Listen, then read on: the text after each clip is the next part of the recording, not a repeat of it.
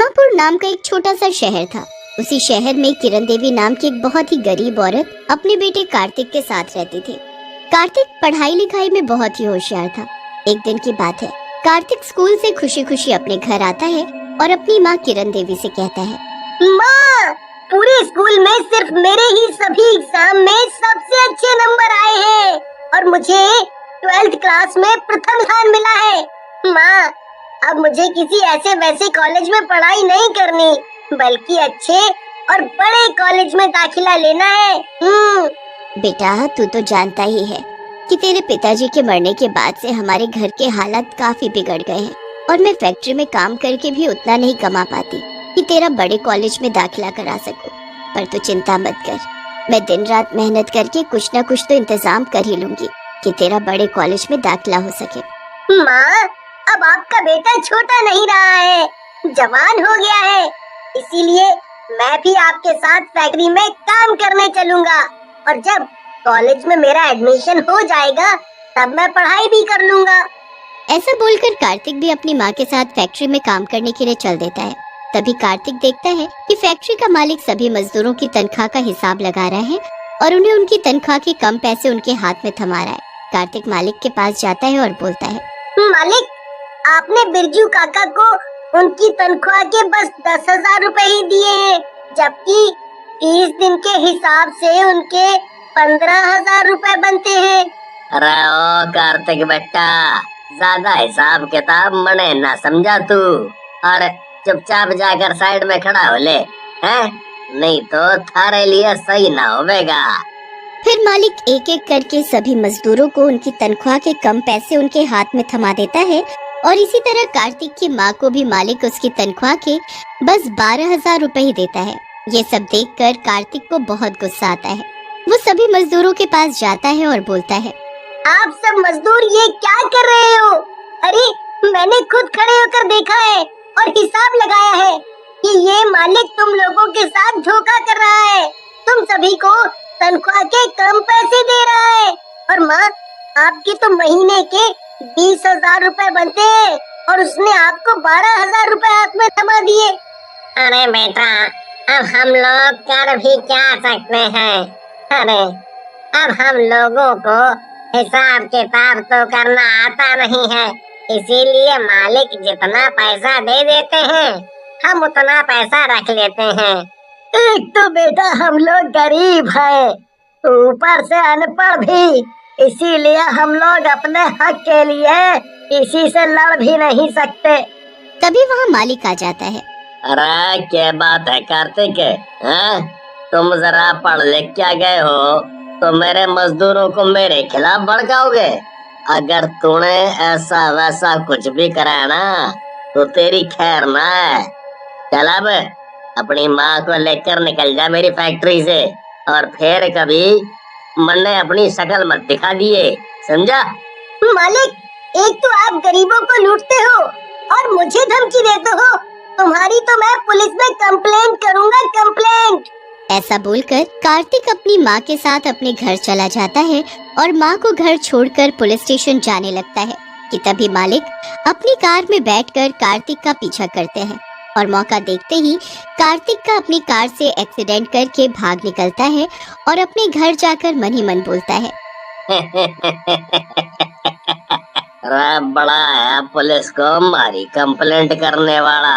अब ना रहेगा कार्तिक और ना होगी हमारी कंप्लेंट। एक्सीडेंट होने से कार्तिक की मौत हो जाती है और वो एक डरावना भूत बन जाता है।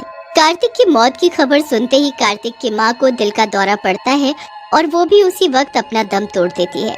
मेरी माँ भी ये दुनिया छोड़कर चली गई। बेचारी दिन रात मुझे पढ़ाने के लिए मेहनत किया करती थी। काश मेरी माँ भी पढ़ी लिखी होती तो आज उसे ये दिन न देखना पड़ता। पूरी जिंदगी फैक्ट्री में काम करके गरीबी में ना बितानी पड़ती। ऐसा बोलकर भूत वहाँ से चला जाता है। भूत एक मार्केट में जाता है और देखता है कि एक आदमी भीख मांग रहा है। उसी के पास एक औरत ने सब्जी का ठेला लगाया हुआ है। भूत गायब होकर उस सब्जी वाले के पास जाकर खड़ा हो जाता है। तभी उस सब्जी वाले के पास एक आदमी सब्जी ओ सब्जी वाली, मुझे 1 किलो भिंडी, 1 किलो आलू, प्याज, टमाटर और खीरा तो देना जरा। सब्जी वाली जल्दी से सारी सब्जी तौलकर उस आदमी को देती है और सब्जी के पैसे जोड़ने लगती है। तभी सब्जी खरीदने वाला आदमी उस औरत को 400 रुपए हाथ में थमाता है और बोलता है, ओहो, अरे हिसाब लगाने में कितना टाइम लगा रही हो बहन। ये लो, तुम्हारी सब्जी के 400 रुपए बनते हैं। नहीं साहब, मुझे लगता है कि आपका हिसाब गलत है। मेरी सब्जी तो 500 रुपए की हुई है। हिसाब लगाना आता नहीं और मुझे बोलती है कि मैं तुझे कम पैसे दे रहा हूँ। चल अब पकड़ अपनी सब्जी के 400 रुपए। ऐसा बोलकर वो आदमी सब्जी लेकर वहाँ से चला जाता है। भूत ये सब देखकर बड़ा हैरान होता है और वहाँ से चला जाता है।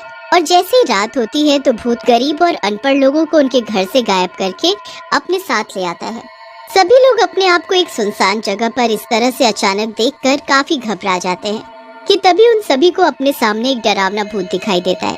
सभी लोग काफी डर जाते हैं और भूत को देखकर चिल्लाने लगते हैं। भूत उन सभी से कहता है, तुम सभी को मुझसे डरने की कोई जरूरत नहीं है, क्योंकि मैं तुम्हें कोई नुकसान नहीं पहुंचाऊंगा, बल्कि मैं तो तुम सभी को शिक्षा देना चाहता हूँ।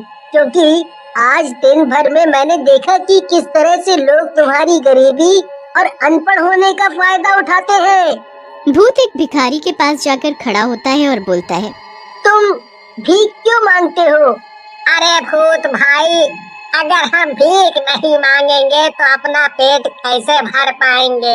अब हम पढ़े लिखे तो है नहीं और ना ही हमारा कोई घर बार है, तो आप ही बताओ कि भीख ना मांगे तो क्या करें जिससे हम अपना पेट भर सके? तुम्हारे हाथ पैर सही सलामत है, तुम कोई काम धंधा कर सकते हो, बस कमी है कि तुम अनपढ़ हो। पर आज से मैं तुम सभी को पढ़ाऊंगा ताकि तुम गरीबी से ऊपर उठ सको और अपने हक के पूरे पैसे तुम्हें मिल सके। भिखारी और बाकी सभी लोग भूत की बात सुनकर काफी खुश हो जाते हैं। तभी सब्जी वाली मीना भूत से कहती है, हम सभी आपसे पढ़ने के लिए तैयार हैं। फिर क्या था, भूत उन सभी को रात में पढ़ाने लगता है। वो भिखारी हो या फैक्ट्री में मजदूर या फिर गली गली कूड़ा बिनने वाला, वे लोग पूरे मन से भूत से पढ़ने लगते हैं। भूत को भी उन सभी गरीब लोगों को पढ़ाने में काफी अच्छा लगता है। फिर रोज रात को कुछ घंटे भूत सभी गरीबों को पढ़ाने लगता है। इस तरह सभी गरीब लोगों को पढ़ाते हुए भूत को कुछ समय बीत जाता है। तभी एक रोज मीना सब्जी वाली भूत से बोलती है, भूत जी, आपने हम गरीबों को पढ़ाकर हम पर बहुत उपकार किया है। पता है भूत जी, मेरा बचपन से सपना था कि मैं खूब पढ़ाई लिखाई करूं, पर माँ पिताजी ने गरीबी के कारण मुझे स्कूल नहीं भेजा, क्योंकि उस समय में भी स्कूलों में अपने बच्चों को पढ़ाना गरीबों के बस की बात नहीं थी। स्कूलों की फीस इतनी ज्यादा थी कि हम जैसे गरीब लोगों के घर 1 महीने का राशन भर जाए। पर आपने हमें मुफ्त में शिक्षा देकर हम गरीबों पर बहुत बड़ा उपकार किया है। तभी भूत की नजर पास में बैठे भिखारी पर पड़ती है, जिसे देखकर भूत बहुत ही हैरान होता है और भिखारी से कहता है, अरे कल तक तो तुम सड़कों पर भीख मांगते थे, पर आज तुम्हें यूं सूट बूट में देखकर मुझे बहुत हैरानी हो रही है। आखिर ये चमत्कार हुआ तो हुआ कैसे? भूत जी, अब मैं कोई भिखारी नहीं रहा। अब मेरे पास एक बड़ी कार और अपना एक आलीशान घर भी है, और ये सब आपके मुझे समझाने और पढ़ाने लिखाने की वजह से ही पॉसिबल हुआ है। ये तो बहुत ही अच्छी बात है। अब लगता है तुम सभी को पढ़ा लिखा कर मेरी आत्मा को भी शांति मिल जाएगी। भूत जी, शांति तो आपको तभी मिलेगी जब आप हमारी फैक्ट्री के मालिक शिवादास यादव से अपनी मौत का बदला ले लोगे। हाँ, ये क्या बोल रहे हो तुम? मुझे उस शिवादास यादव ने मारा है जिसकी फैक्ट्री में मेरी माँ काम किया करती थी। जी भूत जी, एक दिन हमने मालिक को किसी से बात करते सुना था कि उन्होंने कैसे अपनी कार से कार्तिक को कुचल कर मार डाला। भूत गुस्से से लाल पीला हो जाता है और बोलता है, उस मालिक के बच्चे को तो मैं जिंदा नहीं छोड़ूंगा। भूत मास्टर जी, ये लो मेरी कार की चाबी और उसे मेरी कार से उसी तरह कुचल देना जैसे उसने आपको कुचल दिया था। ऐसा बोलकर भूत भिखारी की कार लेकर जाता है और मौका देखकर फैक्ट्री के मालिक को अपनी कार से उसी तरह से कुचल देता है जैसे मालिक ने उसे अपनी कार से कुचला था। मालिक की मौत से भूत की आत्मा को भी शांति मिल जाती है और वो वहाँ से गायब हो जाती है।